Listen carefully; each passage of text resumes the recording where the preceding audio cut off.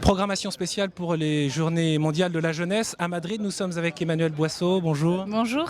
Alors ici, nous sommes au QG francophone. C'est ici que vous gérez les 50 000 pèlerins. Il faut dire que les Français qui sont très nombreux, la deuxième délégation étrangère, eh bien, ils sont très divers.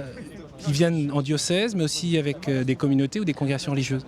Exactement. Et en fait, quand j'ai commencé ma mission, je n'avais pas conscience de toute cette diversité de l'Église. Et c'est vraiment passionnant de travailler autant avec les diocèses qu'avec les mouvements et les communautés.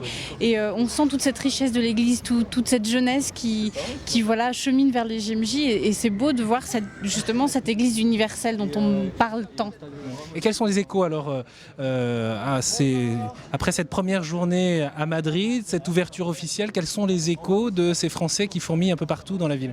Alors déjà, il y a des échos des journées en diocèse qu'ils ont vécues à travers toute l'Espagne avant de venir à Madrid.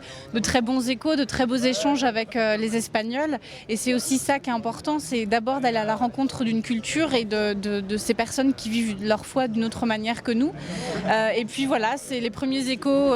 On est bien accueillis, on a trouvé notre lieu d'hébergement. C'est un peu spartiate, mais c'est pas grave. Le plus important, c'est ce qui va se vivre aussi cette semaine, toute la dimension spirituelle et tout ce que chaque jeune va pouvoir recevoir ici au JMJ. Vous qui connaissez bien Madrid, qu'est-ce que vous aimeriez que les pèlerins des JMJ découvrent au cours de ces jours, où bien sûr on va aussi accueillir le pape?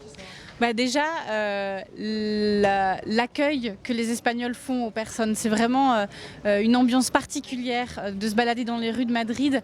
On sent vraiment un peuple accueillant, ravi de recevoir toutes ces personnes. Et puis, c'est découvrir une ville qui fourmille de partout et qui est tellement belle, tellement lumineuse.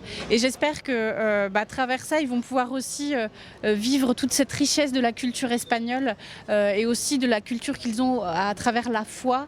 Notamment les processions qu'ils vont vivre, le chemin de croix qui va avoir lieu vendredi est quelque chose d'impressionnant qui peut poser question mais qui montre une richesse de leur foi tellement belle et j'espère que les jeunes vont pouvoir découvrir ça et recevoir quelque chose, une grâce à travers ces expériences. Et vivre avec les Espagnols dont d'ailleurs l'Église elle-même est en profond bouleversement, la jeunesse aussi d'ailleurs en profond bouleversement. Un grand merci Emmanuel.